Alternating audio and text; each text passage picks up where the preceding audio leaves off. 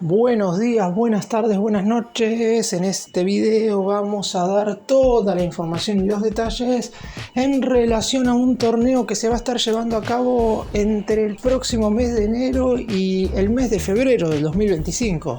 Un certamen muy importante porque es en estos torneos donde empezamos a conocer a las jóvenes joyas en general del fútbol sudamericano. Y lo que vamos a estar analizando un poco en este video es cuáles son las 10 selecciones, que obviamente las conocemos, pero vamos a estar viendo los grupos en los que van a estar participando los países pertenecientes a la Conmebol. Repasaremos también un poco el calendario, teniendo en cuenta que en general estos certámenes suelen estar conformados por futbolistas jóvenes, obviamente, porque es un sudamericano sub-20, que suelen ser futbolistas que dentro de 1 o 2 años vamos a conocer un poco más. Y teniendo en cuenta que en el 2026 se llevará a cabo la Copa del Mundo de selecciones de mayores, obviamente ya vamos a poder ir viendo cuáles serían los futbolistas que van a estar jugando esa competencia. También teniendo en cuenta que la Conmebol va a tener 2 cupos más como mínimo en relación a los que tienen normalmente siempre, porque de 4,5 pasará a tener 6,5 y podrían tener 7 si es que la selección sudamericana logra imponerse en el repechaje internacional. Pero por lo pronto nos vamos a meter de lleno en lo que va a ser este sudamericano sub-20. Según dicen la mayoría, hay un grupo que es muchísimo más complicado que el otro, pero nosotros vamos a estar entrando con detalles en cada uno de ellos. ¡Empecemos! Vamos a comenzar con la conformación de las 2 zonas. Recordemos que los participantes que disputan este sudamericano son los mismos que lo juegan cada 2 años. La diferencia es que en algunas oportunidades el sudamericano sirve para clasificar al mundial de la categoría, que se estará llevando a cabo en Chile, por lo que Chile ya está clasificado más allá de que va a jugar el torneo, mientras que en otras oportunidades, como lo fue el preolímpico anterior, se juega más que nada para clasificar a los Juegos Olímpicos, pero por lo pronto se juega absolutamente siempre. En lo que respecta a la calidad de las zonas, claramente uno no puede saber qué es lo que va a suceder y quiénes van a ser las grandes candidatas, pero según la mayoría hay muchísima más paridad en lo que es el grupo B que en la zona A. Por lo pronto, en el primero de los grupos está la selección local, es decir, el combinado venezolano, Uruguay, Paraguay, Chile y Perú, mientras que en el grupo B tenemos a Brasil, Colombia, Ecuador, Argentina y Bolivia. Recordemos también un poco cómo es el formato. En esta primera instancia los equipos juegan todos contra los de su misma zona, es decir, estarán enfrentándose en al menos 4 partidos y posteriormente los 3 mejores de cada grupo van a estar clasificándose al hexagonal final.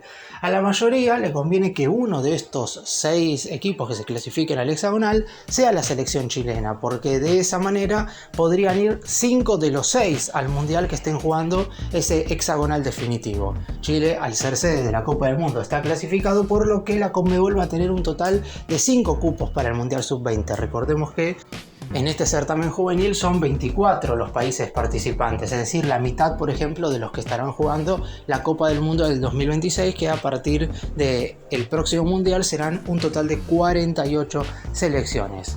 Una vez tengamos a las 6 selecciones clasificadas al hexagonal, se enfrentarán entre sí, es decir, que van a estar jugando 5 partidos más, por lo que en total 9 encuentros se estarán jugando las selecciones que estarán clasificando al mundial, y las 4 mejores de esa hexagonal son las que se meterán en la próxima Copa del Mundo. En caso de que Chile juegue ese hexagonal, es muy probable que tengamos que corrernos hasta el 5.º lugar y solamente el último del hexagonal no vaya a la Copa del Mundo. Es decir, supongamos que entre los 6 clasificados está Chile y la posición del combinado trasandino en el hexagonal es la 3.ª colocación. Es decir, que a la Copa del Mundo van a ir el que esté primero, el que esté segundo, el que esté cuarto y el que esté quinto, teniendo en cuenta que sí o sí tienen que ir 4 países por medio de este sudamericano.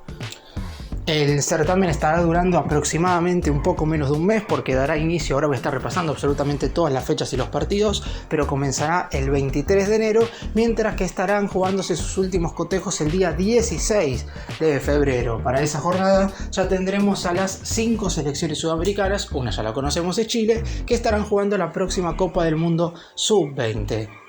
Hay que tener en cuenta, y esto tampoco hay que dejarlo de lado, que el último campeón del mundo es nada más y nada menos que la selección uruguaya, que estará integrando la zona A, que no tuvo el mejor preolímpico el año pasado porque no logró clasificarse ni siquiera al cuadrangular definitivo, que terminó metiendo a las selecciones de Paraguay y Argentina al torneo masculino de los Juegos Olímpicos de París 2024, pero en los sudamericanos siempre suele tener un mejor repertorio, así que seguramente hará que el grupo A sea un poco más competitivo y no, como dice la mayoría, que hoy por hoy parecería meter a esa primera zona bajo la sombra del grupo B.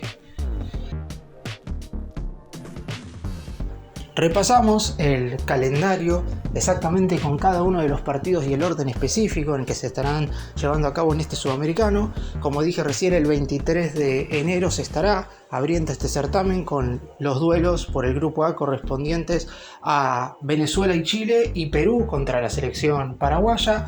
Un día después, en el grupo B, tendremos nada más y nada menos que Brasil-Argentina, uno de los partidos más interesantes de todo el torneo. Estarán dándose en lo que es la apertura de la segunda zona y además tendremos el encuentro entre Bolivia y Ecuador. También hay que tener en cuenta que en cada una de las jornadas va a haber una selección que quede libre.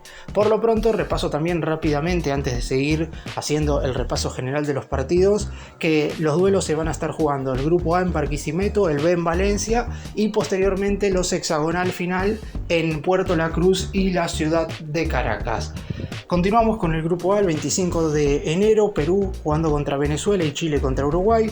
26 de enero, correspondiente al grupo B, tendremos Bolivia contra Brasil y Argentina versus Colombia. Volvemos al grupo A para el 27 de enero, Uruguay contra Paraguay y Chile contra Perú. Grupo B, 28 de enero, Colombia versus Ecuador y Argentina contra Bolivia. Grupo A, 29 de enero, Paraguay versus Venezuela y Uruguay contra Perú. Grupo B, 30 de enero, Ecuador versus Brasil y Colombia contra Bolivia.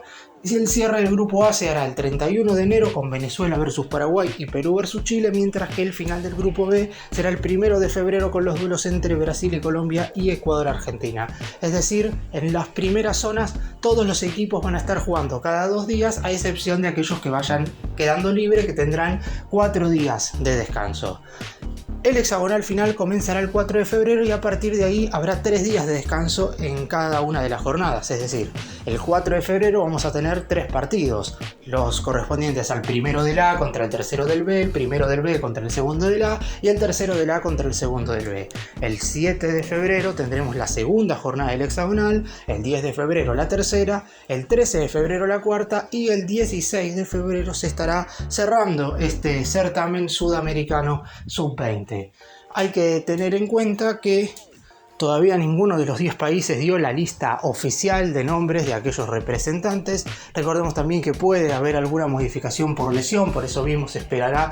Y como sucede absolutamente en todos estos torneos hasta último momento para dar las nóminas definitivas, pero en general todos ya saben cómo se disputa esta clase de competencias y por eso mismo hay que ser muy puntilloso con elegir a los jugadores que estén o pasando por un buen momento. Hay que tener en cuenta que los equipos europeos no tienen la obligación de prestar a los jugadores y esto hay que detallarlo mucho, porque lo mismo sucedió en el preolímpico a principios del año pasado, que algunos conjuntos de Europa decidieron no ceder a los futbolistas. Lo mismo pasa con los Juegos Olímpicos. Al no formar parte del calendario de la FIFA, no tienen la obligación. Inclusive tampoco tienen la obligación en el Mundial Sub-20, lo cual es llamativo porque ese certamen ya sí es un torneo organizado por la entidad que maneja el fútbol a nivel mundial. Pero por lo pronto, en general, las selecciones sudamericanas, a la hora de armar las listas de los jugadores que disputarán y representarán a cada uno de los países en este certamen, siempre lo hacen con jugadores del ámbito local, más alguno que esté en los Estados Unidos, que en general siempre ceden a sus jugadores, y de Europa suelen haber verdaderamente muy pocos futbolistas.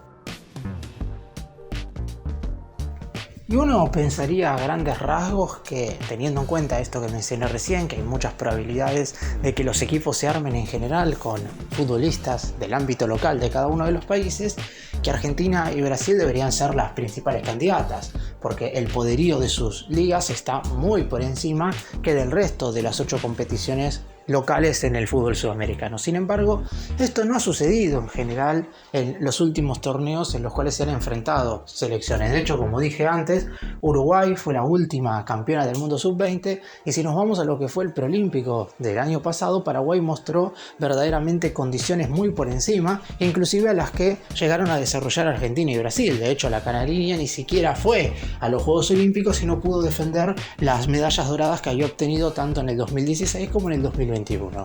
Pero por lo pronto, siempre mirando la previa de cada una de estas competencias, obviamente Argentina y Brasil deberían estar por encima por el hecho de la calidad de futbolistas que tienen cada uno en su respectiva plantilla. Seguramente cuando se vaya acercando el tiempo del torneo, vaya repasando las listas, porque a diferencia de lo que sucede con las otras selecciones, va a haber jugadores muchísimos más reconocidos, e inclusive Brasil llegó en el último torneo preolímpico a traer a algunos jugadores de Europa, algo que no pudieron hacer el resto de las 9 selecciones sudamericanas, teniendo en cuenta que las negociaciones por parte de la Asociación Brasileña de Fútbol, más allá de todos los conflictos internos, fueron muchísimo más veloces, y además hay cierto más respeto por Brasil que por el resto. Argentina le sigue en el escalón y después el resto, pero la realidad es que también hay que demostrar todo eso futbolísticamente hablando, y Brasil tiene que dar el salto de calidad en este torneo sí o sí. Por el lado de Argentina, es cierto que hubo muchísimos cuestionamientos en general a las selecciones juveniles durante los últimos años.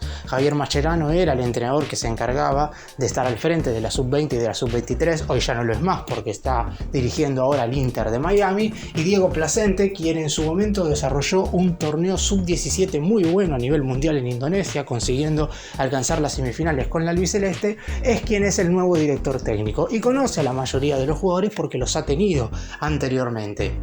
Argentina es una selección que también en general es candidata, pero como también mencioné cuando repasé los grupos y el calendario, la albiceleste y la canariña tendrán que enfrentarse en la primera instancia, y además estarán viéndose las caras en el primer partido, el que abrirá el grupo B, por lo que ahí vamos a tener un panorama un poco más claro de si verdaderamente están en condiciones de ser las grandes figuras excluyentes para jugar el Mundial.